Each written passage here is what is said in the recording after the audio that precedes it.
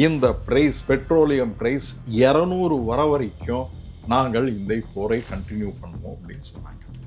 Crude oil price $200 $200 இப்போவே 100 ஆயிடுச்சு. Iran இந்த போரை 6 மாதம் வரைக்கும் நடத்துறதுக்கு தயாரான நிலையில் இருக்கு. இப்போ நீங்கள் சொல்கிறத பார்த்தா இந்த போரில் ஈரானுடைய கை தான் ஓங்கி இருக்கு அப்படின்னு எடுத்துக்கலாமா? அமெரிக்கா ஆல்ரெடி இந்த வாரை தோற்றுவிட்டது. Eyes, American eyes are blackened. ஏன்னா கண்ணை குத்திட்டாங்க. கண்ணை குத்தின உடனே எங்க பண்ணணும்னு தெரியாது. மார்ச் 31 அமெரிக்கன் பிரசிடென்ட் சைனாக்கு போறாரு. அதுக்கு முன்னால இதை சார்ட் அவுட் பண்ணணும்னு பார்க்குறாரு. ஆனால் ஃபஸ்ட்டு ஹோட்டல்ஸ் எல்லாம் நிறுத்திட்ட பிறகு ஹாஸ்டல்ஸ் நின்றுடும். ட்ரெயினில் சாப்பாடு சாப்பிட முடியாது, கேஸ் கிடையாது. ஆனால் இண்டக்ஷன் ஸ்டவ் யூஸ் பண்ணுறதுக்கு அதுக்கு தனியான பாத்திரங்கள் வேணும். அதனால எலக்ட்ரிசிட்டி இன்க்ரீஸ் ஆகி நம்ம கிரிட்டு அதை தாங்குமா என்று இப்போ ருப்பி வேல்யூ 92.35 காசு ஆயிடுச்சு. 15 டேஸில் $1 100 வரும். தினமணி நேயர்களுக்கு வணக்கம். மேற்கு ஆசியாவில் நடந்துட்டு இருக்கக்கூடிய அமெரிக்க, இஸ்ரேல், ஈரான் போர் அப்படிங்கிறது உலகளவில் மிகப்பெரிய தாக்கத்தை ஏற்படுத்தியிருக்கு. குறிப்பாக ஆசியாவில் இருக்கக்கூடிய இந்தியா, பாகிஸ்தான், இலங்கை மாதிரியான நாடுகளில் இதனுடைய தாக்கம் ரொம்ப பெரியதாக இருக்குது. இது தொடர்பாக இன்றைக்கி நம்மோட பேசுகிறதுக்காக இணைஞ்சிருக்கிறார் பேராசிரியர், எக்கனாமிஸ்ட் கே. பிரபாகரன் அவர்கள். சார் வணக்கம். வணக்கங்க ஐயா. நான் முதல்ல சொன்ன மாதிரி இந்த போர் அப்படிங்கிறது ரொம்ப பெரிய தாக்கத்தை உலகளவில் ஏற்படுத்தியிருக்கு. முதல்ல இந்த போரை நீங்கள் எப்படி பார்க்குறீங்க? இந்த போர் இந்த வெஸ்ட் ஏஷியாவில் இருக்கிற நாடுகளில் மிலிட்ரி டாமினன்ஸ் அமெரிக்காவும் இஸ்ரேலும் முன்னெடுக்கிறதா இதனுடைய முதல் நோக்கமாக தெரிகிறது. இப்போ உலகத்தில் இருக்கிற இந்த அனலிஸ்ட்ஸ் எல்லாருமே பார்த்தீங்கன்னா, இந்தியாவில் மோகன் ஷாவ்னி, இந்த Chinese psycho historian professor Jiang Yun, அவங்க எல்லாமே சொல்லக்கூடியது என்னன்னா, இந்த வெஸ்ட் ஏஷியாவில் அமெரிக்காவும் இஸ்ரேலும் டாமினன்ட் ஃபோர்ஸாக இருக்கணும். அதனால இந்த என்டையர் ரீஜியனில் எல்லா கண்ட்ரிலையுமே, எல்லா நாடுகளிலுமே அமெரிக்கன் பேசஸ் இருக்கு, மிலிட்ரி பேசஸ் இருக்கு. ஒருவேளை அவர்களை தாக்கினால் அமெரிக்கா பதில் தாக்குதல் கொடுக்கறதுக்கு அமெரிக்காவுக்கு அவங்க ப்ரிப்பேர்டா இருக்காங்க. இப்போ ஈரான் இதை எதிர்க்கிறது. இதை எதிர்க்கிறதுக்கு முக்கியமான காரணமாக இருக்கிறவர் அயாத்துல்லா கொமேனி. இவரை நீக்கிவிட்டால் அங்க மக்கள் மிக மிக கோபத்தோடு இருக்கிறார்கள் அந்த கவர்மெண்ட் மேலே. அதனால இமீடியட்டாக அவரை நீக்கிவிட்டால் இமீடியட்டாக அவங்க எல்லாருமே வேற ஒரு கவர்மெண்ட்டை கொண்டு வருவாங்க. அந்த கவர்மெண்ட்டில் பெஹல்வின்னு சொல்லி இந்த ஈராக்கை விட்டு போன மன்னர், அவரை திருப்பி கொண்டுட்டு வரலாம். அப்போ நமக்கு வேண்டியவர்கள் எல்லா இடத்துலையுமே இருப்பார்கள் என்று ஒரு கணக்கை போட்டார்கள் அமெரிக்கா. ஆனால் அவங்களுக்கு தெரியாதது விஷயம் என்னன்னா, 99% ஆஃப் விமன் ஆர் கிராஜுவேஷனுக்கு போயிருக்காங்க ஈரானில். நம்ம நினைக்கிற மாதிரி அவங்க ஒரு பேக்வேர்ட் ஸ்டேட்டாக கிடையாது. அமெரிக்கா என்ன நினச்சிருக்குந்தாங்கன்னா, இது ஒரு பேக்வேர்ட் ஸ்டேட்டாக இருக்கும். அதனால் மக்கள் எல்லாம் கொந்தளிச்சிருக்காங்க. இந்த கொந்தளித்த மக்களை நம்ம இந்த தலைவரை எடுத்து விட்டால் அந்த நாடு நம் கைவசமாயிடும் என்று நினைத்தார்கள். அதுதான் சென்டர் ஆஃப் கிராவிட்டி அப்படின்னு சொல்லி. எந்த ஒரு வார்லையும் சென்டர் ஆஃப் கிராவிட்டி என்றால் என்ன? நீங்க கேட்ட கேள்விக்கு இதுதான் சென்டர் ஆஃப் கிராவிட்டி. ஆனால் முதல் நாள்லேயே அவரை கொலை பண்ணிட்டாங்க. நாங்கள் இனிமேல் வித்ட்ரா பண்ணிடுறோம் என்ற இதுதான் ஷார்ட்டஸ்ட் அப்ஜெக்டிவ்னு ட்ரம்ப் முதல்ல சொல்லியிருந்தார். ஆனால் நீங்கள் இந்த 12 நாள் பார்க்கும்போது ஒரு நாளும் ஒரு விதமான அப்ஜெக்டிவ்ஸ் வந்துக்கிட்டே இருக்கு. அப்போ நீங்கள் சொல்கிற மாதிரி அந்த காமெனி அவரை கொண்டிருந்தாங்கன்னா அதோட போர் நின்றுருந்துருக்கணும். ஆனால் நீங்கள் சொல்கிற மாதிரி இப்போ இவ்வளோ நாள் நீண்டுக்கிட்டே இருக்குது, எப்போ முடிய போகுது அப்படின்னு தெரியல. ஏன் இவ்வளோ நாள் நீண்டுக்கிட்டே இருக்கு? இவ்வளோ நாள் நீண்டுகிட்டு இருக்கிற காரணம், ஈரான் வந்து இந்த போரை 6 மாதம் வரைக்கும் நடத்துறதுக்கு தயாரான நிலையில் இருக்காங்க. ஆனால் ட்ரம்ப் வந்து இதை எப்பயோ முடிச்சுக்கலாம் அப்படிங்கிறாரு. நாங்கள் ஜெயிச்சிட்டோம், ஈரான் எங்ககிட்ட தோத்துருச்சு, எப்போ வேணால் அதை நிப்பாட்டிக்கலாம் அப்படிங்கிறாரு ட்ரம்ப். நீங்கள் சொல்கிறது வந்து ஈரான் இன்னும் 6 மாதம் நடத்துகிற அளவுக்கு, அவர் இன்னும் ஒருபடி போனால் ஈரானுடைய அஃபீஷியல்ஸ் என்ன சொல்கிறாங்கன்னா 10 வருஷம் வரைக்கும் எங்களால் இதை நடத்த முடியும்னு சொல்கிறாங்க. ஈரானுக்கு எங்கேருந்து இந்த தைரியம் வந்திருக்கு? நீங்கள் கேட்ட கேள்விக்கு ஒன்று அமெரிக்கன் வீக்னஸ். அமெரிக்கானால் இந்த போர் நிறைய நாள் தொடங்க முடியாது. ஏனென்றால் அமெரிக்காவிலேயே இந்த போருக்கு மிகப்பெரிய எதிர்ப்பு நடக்குது. இது ஈரானுக்கு தெரியும். இப்போ நேருக்கு நேர் போர் கிடையாது, இது அசமெட்ரிக் வார்னு சொல்லுவாங்க. இதில் ஈரான் என்ன பண்ணாங்கன்னா, கல்ஃப் ஆஃப் ஹார்ம்ஸ் அப்படின்னு இருக்கிற இடத்துல கம்ப்ளீட்டாக அண்டர் கிரவுண்டு டக்ட்ஸை கிரியேட் பண்ணியிருக்காங்க. நீங்கள் இந்த கல்ஃப் ஆஃப் ஹார்மோஸ்ன்றது 400 மீட்டர் தான் ஷாலோ வாட்டர், 400 மீட்டர் தான் டெப்த்து. அதில் ஒரு பெரிய ஷிப்ஸ், இந்த டேங்கர்ஸ் எல்லாம் போகும்போது 200 மீட்டர் உள்ளே இறங்கும். ஆழம் ரொம்ப கம்மி. ஆழம் ரொம்ப கம்மி. இந்த ஆழம் ரொம்ப கம்மியாக இருக்கிறதுனால நீங்கள் இந்த ஷிப்ஸை எல்லாமே ஈஸியாக இந்த அண்டர் கிரவுண்ட் டனல்ல இருந்து அதை தாக்க முடியும்.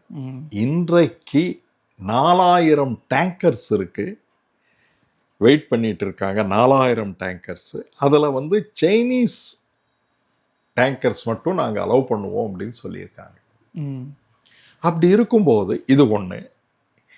மர்ச்சன்ட் ஷிப்ஸ் வந்து 37,000 ஷிப்ஸ் இருக்கு இந்த பக்கம். இந்த மர்ச்சன்டைஸ் கூட்ஸ் இப்போ வந்து நம்ம இந்தியாவிலிருந்து 4000 டன் இந்த பாஸ்மதி ரைஸ் போக வேண்டியது அங்கேவே நின்றுட்டு இருக்கு. இந்த 4000 டன் திருப்பி அங்கே போகணும்னா திருப்பி இந்த பக்கம் சுற்றி வந்து போகணும். அந்த செலவு வந்து நமக்கு கட்டுப்படி ஆகாது. அதுவும் இந்த பெரிஷபிள்ஸ், வெஜிடபிள்ஸ் இதை எல்லாமே நிறைய நாள் நம்ம வந்து ஸ்டோர் பண்ணவும் முடியாது. இந்த கல்ஃப் ஆஃப் ஹார்ம்ஸை மட்டுமே அவங்க வந்து மிக மிக மிக கூர்மையாக கிரியேட் பண்ணியிருக்காங்க. இதுக்கு என்ன சொல்லுவாங்கன்னா ஆன்டி ஆக்சஸ் ஏரியா டினையல். அப்படின்னா நீங்கள் டிஸ்கஸ் பண்ணும்போது கேட்டீங்க, ஆன்டி ஆக்சஸ் ஏரியா டினையல்னா இந்த இடம் இருக்கு, ஆனால் இந்த இடத்துக்கு நாங்கள் போக முடியாது, பயமாக இருக்கு. அந்த பயத்தை உருவாக்குறது தான் இந்த ஆன்டி ஆக்சஸ் ஏரியா டினையல்னு சொல்லுவாங்க.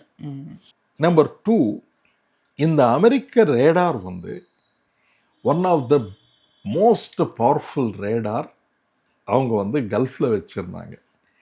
இந்த ரேடார் வந்து 5000 கிலோமீட்டர் தூரத்திலிருந்து வரக்கூடிய ஆர்சனல்ஸை எல்லாமே பார்க்கும். அந்த ஏவுகணைகளை இதனால் ஃபைன் பண்ண முடியும். இமீடியட்டாக இந்த இன்டர்செப்டார்ஸையும் அதை கொண்டு போய் அடிச்சிடும். முதல்ல அவர்கள் அழித்தது இந்த ரேடார். அதனால அமெரிக்கன் ஐஸ் ஆர் பிளாக்கண்ட். ஏன்னா கண்ணை குத்திட்டாங்க. கண்ணை குத்தின உடனே எங்கே பண்ணணும்னு தெரியாது. இப்படி இருக்கும்போது இன்ஃப்ராரெட் த்ரூ சேட்டிலைட் இன்ஃப்ராரெட் மெக்கானிசமில் you can always find out. ஆனால் அதில் ஒரு பெரிய பிரச்சனை என்னென்னா டெக்காய்னா வெறும் ஒரு ஒன்றுமே இல்லாத வெறும் அதில் வந்து ஒரு பட்டாசு நம்ம டெக்காயினா எல்லாமே ஒரே மாதிரி இருக்கும். அது வந்து மேலே போகும், ஆனால் அது எங்குமே போகாது. அந்த டெக்காயை அவங்க பயன்படுத்தினாங்கன்னா அந்த டெக்காயை டிஸ்ட்ராய் பண்ணுறதுக்கு 10 லட்சம் பேட்ரியாட் மிசைல் தான் கொடுக்கணும். ஓ, அதனால அமெரிக்காவோட ரிசோர்ஸ் எல்லாம் வேஸ்ட் பண்ண வச்சிருக்காங்க. முதல்ல ரிசோர்ஸஸை எல்லாமே பணத்தை வந்து டோட்டலாக எடுக்கிறதுனால அவர்களால் ஓவர்வெல்ம் ஆயிட்டாங்க அமெரிக்காவில். டெக்னாலஜிக்கலி ஈரானுக்கு இருக்கிற கண்கள் ஃபார் மோர் சுப்பீரியராக மாறிவிட்டது. இப்போ நீங்கள் சொல்கிறத பார்த்தா இந்த போரில் வந்து ஈரானுடைய கை தான் ஓங்கி இருக்கு அப்படின்னு எடுத்துக்கலாமா? அப்படிதான் நம்ம பார்க்கணும். ஈரானுடைய கை தான் ஓங்கி இருக்கு. அமெரிக்கா ஆல்ரெடி இந்த வாரை தோற்றுவிட்டது என்ற ஒரு ஸ்ட்ராங்கான ஒப்பீனியன் உலகத்தில் எல்லா வார் அனாலிஸ்டுக்கும் வந்திருக்கு. இப்போ என்ன எதிர்பார்க்குறாங்கன்னா அமெரிக்கா இந்த கீழே விழுந்தாலும் மீசையில் மண் ஒட்டாத மாதிரி, ஏன்னா உலகத்திலே பெரிய கண்ட்ரி, எல்லாருக்கும் லெசன்ஸ் கற்றுக் கொடுக்குறாங்க. நீங்கள் டெமோக்ரஸியில் இப்படி இருக்கணும், நீங்கள் டெமோக்ரஸியில் அப்படி இருக்கணும்னு சொல்லி. ஆனால் டெமோக்ரஸியில் இருக்கணும் சொல்கிறவங்க ஒரு இண்டிபெண்ட் நாட்டினுடைய ஒரு சாவரின் கண்ட்ரியோடைய லீடர், அவங்களுக்கும் எலெக்ஷன் தான் நடந்துட்டுருக்கு, எலெக்ஷன் இல்லாமல் இல்லை. அவங்களுக்குன்னு ஒரு சிஸ்டம் இருக்குது, அந்த சிஸ்டமில் அவர் எலெக்ட் ஆகிருக்காங்க. டெமோக்ரஸின்றது நீங்கள் நினைக்கிற டெமோக்ரஸியோ, அவங்களுக்கு ஒரு சிஸ்டம் ஆஃப் எலெக்ஷன் இருக்குது, அந்த எலெக்ஷனில் தான் அவர் வின் பண்ணியிருக்கார். அவரை கொல்வது எந்த அளவுக்கு சரியான செயல்? அதே போல் வெனசுலாவில் ஒரு நாட்டினுடைய தலைவரை மதுரோவை நீங்கள் அவர் ஒரு கிரிமினல், அவர் இதுக்கெல்லாம் அதுக்கு வேறு விதிமுறைகள் இருக்குது. யுனைடெட் நேஷன்ஸில் ஒரு விதிமுறைகள் இருக்குது. அந்த விதிமுறைகள் எதுவுமே நான் கேர் பண்ண மாட்டேன், அதுக்கும் எனக்கும் சம்மதம் கிடையாது, நான் நினச்சபடி செய்வேன் என்று பிரசிடென்ட் ட்ரம்ப் அவர்கள் இந்த முடிவுகளை எடுத்திருக்கார். அதனால் இப்போ அப்படி இருக்கிற ஒரு கண்ட்ரி, இப்போது அவர் என்ன நினைத்தாருன்னா, மடுரோவை எப்படி நாம் கைப்பற்றினோமோ இவரை கொன்றுவிட்டால் அதே போல ஈரான் அடிப்படைஞ்சிடும் நினைச்சார். ஆனால் மக்கள் அதை ஆமோதிக்கவில்லை. அதற்கு முன் காரணம், இந்த இவர் அங்கே ஒரு புரட்சி மாதிரி ஒரு நடத்தலாம் என்று பார்த்தார். அது யாருன்னா அந்த பெஹல்வி என்ற கிங் இருக்கார் பாருங்க, அவருடைய ஃபாலோவர்ஸ், அவங்க மிக சொல்பமான நம்பர்ஸ், அவங்கள வச்சு ஒரு அஜிடேஷன் மாதிரி கிரியேட் பண்ணாங்க. ஆனால் அவர்கள் எல்லாருமே ஈரானில் பிடித்து எக்ஸிக்யூட் பண்ணிட்டாங்க. சார், இப்போ இந்த விஷயத்தில் இப்போ போர் வந்து இப்போ நிற்குமா நிற்காதா? ஏன்னா நான் செய்திகளில் பார்க்குறோம், ஈரான் வந்து கிட்டத்தட்ட பணம் இல்லாமல் கஷ்டப்பட்டுட்ருக்காங்க, அவங்களால இந்த போரை நடத்த முடியாது அப்படின்னு ஒரு வாதம் முன்னாடி வருது. நீங்கள் அதை எப்படி பார்க்குறீங்க? உண்மையாலுமே ஈரானுடைய சுச்சுவேஷன் என்ன, அவங்களுடைய பிளான் என்ன? இது நிறைய நாளாகவே இந்த ஒரு நெரேட்டிவ் நிறைய பேர் செட் பண்ணியிருக்காங்க. இது நரேட்டிவ்னு சொல்கிறீங்களா? இது வெறும் நெரேட்டிவ் தான். ஈரானோடும் சைனாவோடையும் ஒரு ஒப்பந்தத்தில் கையெழுத்திட்டாங்க, $500 பில்லியன் ஒப்பந்தம். இந்த ஒப்பந்தத்தில் ஈரானுடைய ஆயில் எல்லாமே சைனா வாங்கி கொண்டிருக்கிறது. ஓ, அந்த ஹார்மூஸில் வந்து அந்த சைனாவோட ஷிப்பை வந்து அலோவ் பண்ணுறதுன்னு சொன்னது இதுக்காக தான். அது மட்டுமே இல்லை, அவங்க நிறைய சைனாவுக்கு தான் அவங்க ஆயிலை கொடுக்குறாங்க. China is a biggest country. நம்ம $150 பில்லியன் ஆயில் அங்கேருந்து வாங்குறாங்க. அதை கண்டுபிடிப்பது மிக மிக மிக கடினமானது. சாங்ஷன்ஸ் இருக்கு ஈரானில், ஆனால் சாங்ஷன்ஸ் இருந்தாலும் அதை பற்றி நாங்கள் கவலைப்படுவதில்லை அப்படின்னு சொல்லி ஈரானிடமிருந்து சைனா வாங்கிட்டு இருக்காங்க. அதனால அவங்களுடைய ஃபினான்சியல் சுச்சுவேஷன் நம்ம நினைக்கிற மாதிரி கிடையாது. அப்போ இந்த ஈரானோட திட்டம் என்ன சார்? இந்த போரை கண்டினியூ பண்ணுறது அவங்களுடைய பிளானா? அவங்க வந்து 4 கண்டிஷன் வச்சுருக்காங்க. இந்த கண்டிஷன் சைனாவுக்கு சொல்லியிருக்காங்க. ஓ. ஏன்னா ஈரான் நம்பக்கூடிய நாடுகள் 2, ஒன்று ரஷ்யா, இன்னொன்று சைனா. இது புட்டினிடமும் சொல்லியிருக்கார்கள், பிரசிடென்ட் புட்டினிடமும் சொல்லியிருக்கார்கள். நாத்தன்யாஹூ இனிவரைக்கும் பேசாத தலைவர் சைனாவோட நேற்று பேசியிருக்கார். இஸ்ரேல இருந்து சைனா தரப்புல பேசியிருக்காங்க. இல்லை இல்லை, இஸ்ரேல்ல இருந்து சைனாக்கு தூது விட்டு இருக்காரு. என்னன்னு இந்த போரை நீங்கள் நிறுத்துறதுக்கு வேண்டிய ஏற்பாடுகளை செய்யுங்கள் என்று. ஆனால் ஈரான் 4 கண்டிஷன் வச்சிருக்காங்க. நம்பர் 1, எங்களுக்கு யுரேனியம் பீஸ்ஃபுல் பர்பஸஸ்க்கு யூஸ் பண்றதுக்கு எங்களை ஆமோதிக்கணும். நம்பர் 2, இந்த வார் இனிமேல எங்க மேல் வார் தொடங்குவதற்கு இன்டர்நேஷனல் கேரண்டிஸ் கொடுக்கணும். அப்படி என்றால் ஒருவேளை யாராவது எங்களை தாக்க நினைத்தால் உலக நாடுகள் எல்லாமே சேர்ந்து எங்களுக்கு ஆதரவு அளிக்கணும் அப்படின்னு சொல்லி 2வது ரொம்ப முக்கியமான கண்டிஷன் வைக்கிறாங்க. நம்பர் 3, எங்களுக்கு இவ்வளவு சேதம் நடந்திருக்கிறது. 1240 பேர் இறந்திருக்காங்க. அதுல 116 பேர் சில்ட்ரன், குழந்தைகளை கொன்னு இருக்கீங்க. இதற்கு எங்களுக்கு நட்டை ஈடை கொடுக்கணும் அப்படின்றாங்க. அடுத்தது, இந்த வார்னால நிறைய டிஸ்ட்ராய் ஆச்சு, அதுக்கு பணம் நீங்க கொடுக்கிற வரைக்கும் இந்த வார் தொடங்கும் அப்படின்றாங்க. அதே போல இந்த பிரைஸ், பெட்ரோலியம் பிரைஸ் 200 வர வரைக்கும் நாங்கள் இந்த போரை கண்டினியூ பண்ணுவோம் அப்படின்னு சொன்னாங்க. Crude oil price $200. இப்பவே 100 ஆயிடுச்சு. 120 என்னுடைய கணிப்புப்படி, எக்கனாமிக்ஸ் படி. அடுத்த கேள்வி நான் தான் சார் கேட்க வந்தேன். க்ரூட் ஆயில் பிரைஸ் என்ன ஆகும்? ஏன்னா மக்கள் எல்லாம் வந்து இன்றைக்கு பார்க்குறோம், பதற்றமான சூழ்நிலையிலே இருக்கிறாங்க. அரசு ஒரு தரப்புல சொல்லுது அது ஒன்றும் பதட்டப்பட வேணாம்னு சொல்லுது. ஆனால் என்ன நடக்க போகுது? க்ரூட் ஆயில் ப்ரைஸோ மற்ற விஷயங்களோ வர்த்தகமாகவும் என்ன நடக்க போகுது? இப்போ க்ரூட் ஆயில் ப்ரைஸ் $100 நம்ம வெளியிலேருந்து வாங்கி தான் ஆகணும். இப்போ ரஷ்யாவிலேருந்து நம்மளை வாங்க சொல்லியிருக்காங்க. இப்போ வந்து நம்ம $60 இருக்கும்போது $1 இன்க்ரீஸ் ஆச்சுன்னா இந்தியாவுக்கு, ஏன்னா மிக பாதிக்கப்படுற நாடு இந்தியா தான்.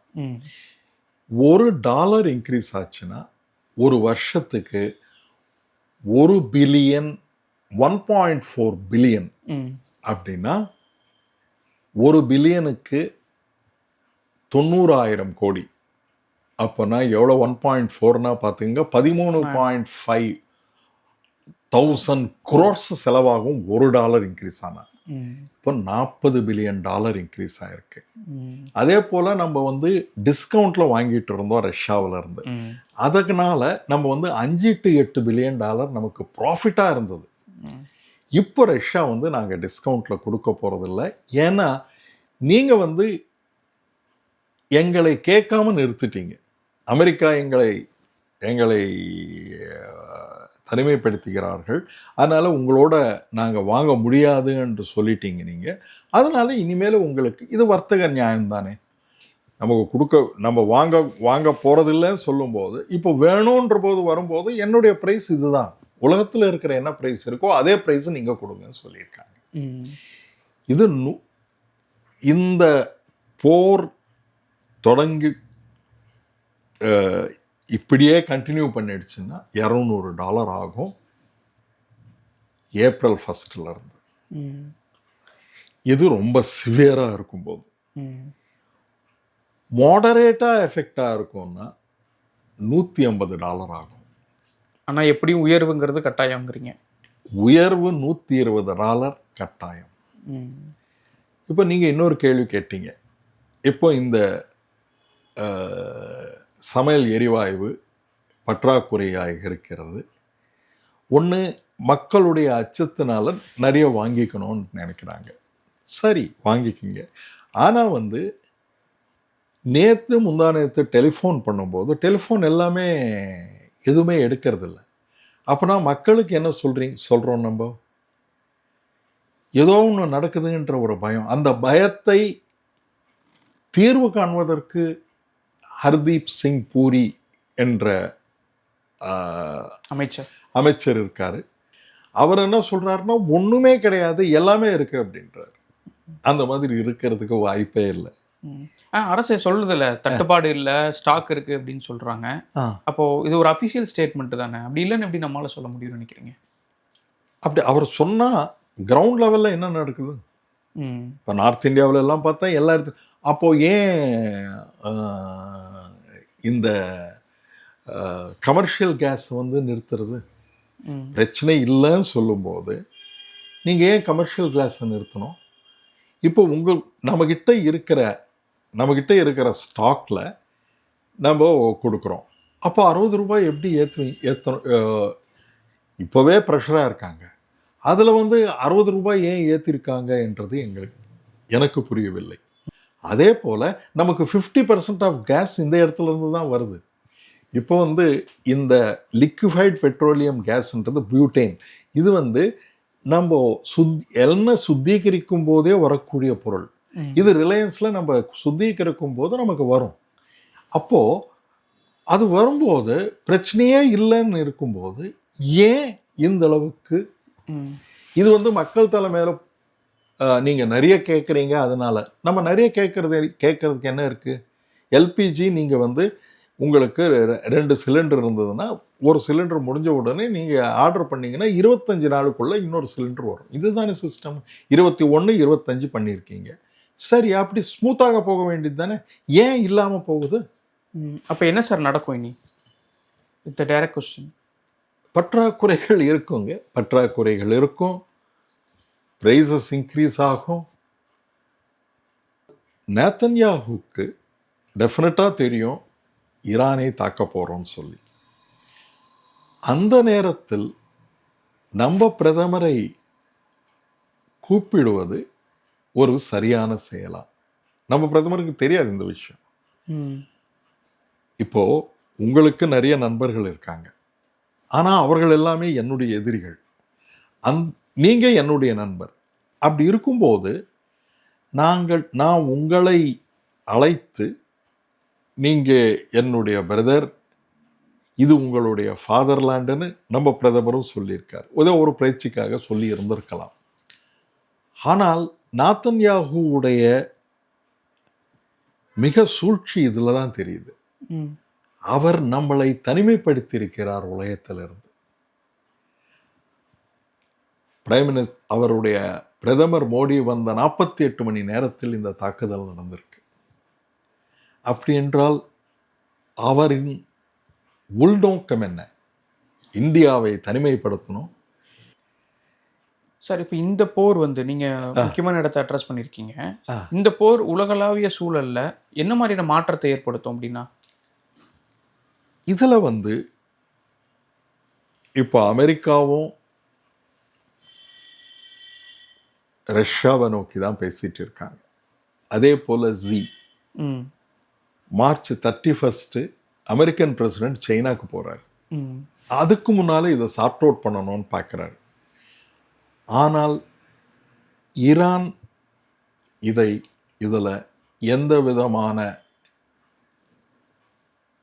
அவசரத்தையும் காட்டுறதில்லை. ஏன்னா அவர்கள் கை ஓங்கி இருக்கிறது. அவர்கள் என்ன சொல்லுகிறார்கள் என்றால், இந்த 4 கண்டிஷனையும் நீங்கள் ஒத்துக்கொள்ள வேண்டும். இந்த 4 கண்டிஷனையும் கல்ஃப் கோஆபரேஷன் கவுன்சில் என்று ஒரு கவுன்சில் இருக்கு, அவங்களும் மறைமுகமாக ஆமோதிக்கிறார்கள்.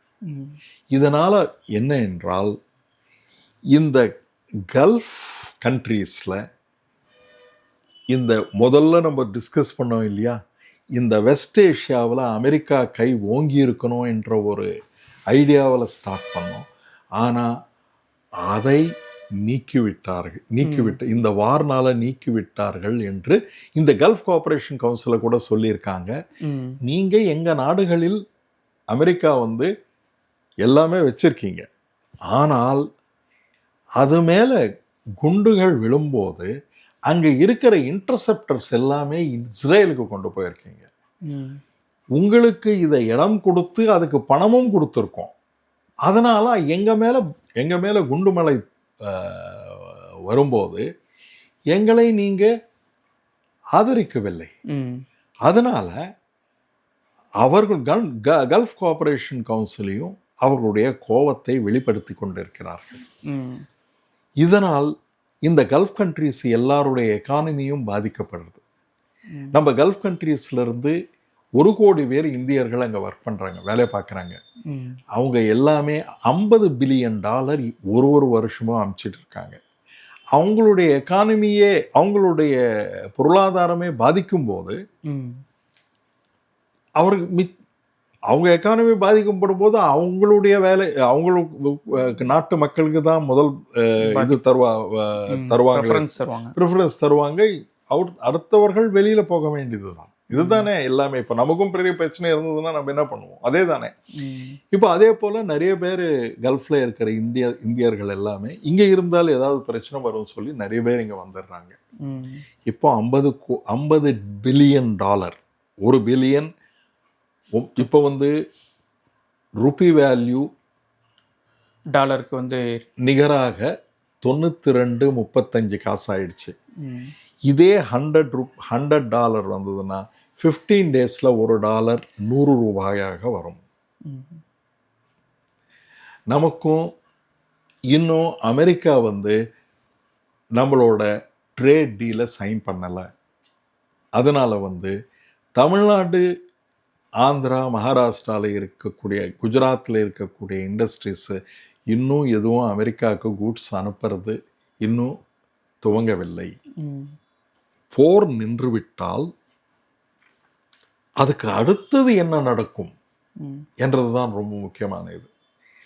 இந்த ஒருவேளை நீங்கள் பார்த்தீங்கன்னா எல்லா வார் பீரியட்ஸ்லையும் 1971 ப்ரைஸ் இன்க்ரீஸ் பண்ணது, 1991 ஒரு தடவை ப்ரைஸ் இன்க்ரீஸ் ஆனால் திருப்பி குறையிறதுன்றது வந்து நிறைய நாள் ஆகும். ஏன்னா அவங்க வந்து அந்த நாடுல எல்லாம் நிறைய எண்ணெய் கிணறுகள் எல்லாம் பாம்பு போட்டு தகர்த்துட்டாங்க. அதனால் வந்து சடனாக இம்ப்ரூவும் பண்ண முடியாது. அதுக்கு நம்ம நிறைய பணம் தேவைப்படும். அந்த பணம் தேவைப்பட்டதுக்கு இதிலிருந்து தான் எடுக்கணும். அதனுடைய செலவு இந்தியர்களாக நாம் பே பண்ண வேண்டியதாக வரும். போர் நின்னாலும் நிற்கலனாலும் அதுக்கான விலை வந்து கொடுத்துதான் ஆகணும். எல்லாருமே உலக மக்கள் எல்லாமே கொடுத்தாகணும். அதில் நம்ம அதிகமாக கொடுத்தாகணும். ஏன்னா 85% நம்ம தான் அங்கேருந்து வாங்கிட்டு, அங்கே எல்லா இடத்துல இருந்தும் வாங்கிட்டு இருக்கோம். இதை வந்து தவிர்க்க முடியுமானா தவிர்க்க முடிந்திருக்கும்னு மணிசங்கரையர் சொல்லியிருக்காரு.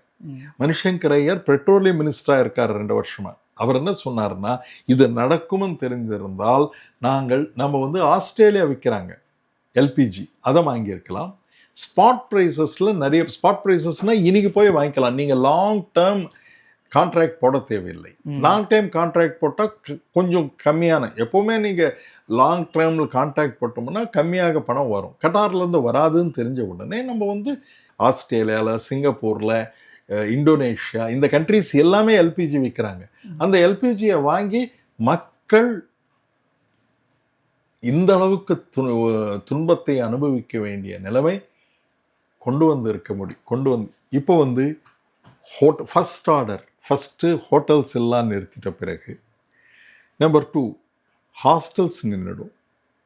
எஜுகேஷனல்ஸ் இல்லையா, அவங்க ஹாஸ்டல் இருக்கும் இல்லையா, எல்லாருமே டே ஸ்காலராக இருப்பாங்கன்னு கிடையாது. அட்லீஸ்ட் 30% ஹாஸ்டல்ஸ் இருக்காங்க. இவங்களுக்கு மட்டுமே கிளாஸ் எடுக்க முடியாது. அதனால் அது நின்றுடும். ட்ரெயின்ஸில் போகிறவங்க ட்ரெயினில் சாப்பாடு சாப்பிட முடியாது, கேஸ் கிடையாது. அப்போ நீங்கள் வந்து இங்கேருந்து டெல்லி போனீங்கன்னா 2 நாள் நீங்கள் இங்கேருந்து சாப்பாடு 2 நாளுக்கு தயார் பண்ணி போக முடியுமா? எல்லாமே எலக்ட்ரிக்கல் ஸ்டவ்வில் பண்ண முடியுமா? ஒன்று எலக்ட்ரிக்கல்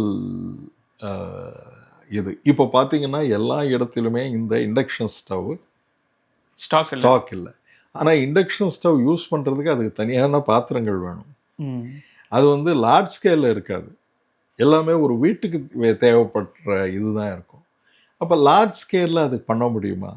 அதுவும் அதனால் எலக்ட்ரிசிட்டி இன்க்ரீஸ் ஆகி நம்ம கிரிட்டு அதை தாங்குமா என்று அதுவும் ஒரு கொஷின். அதுவும் 24 மணி நேரம் எலக்ட்ரிசிட்டி இருக்கிறது சில ஸ்டேட்ஸில் தான் இருக்குது, எல்லா ஸ்டேட்ஸ்லுமே கிடையாது.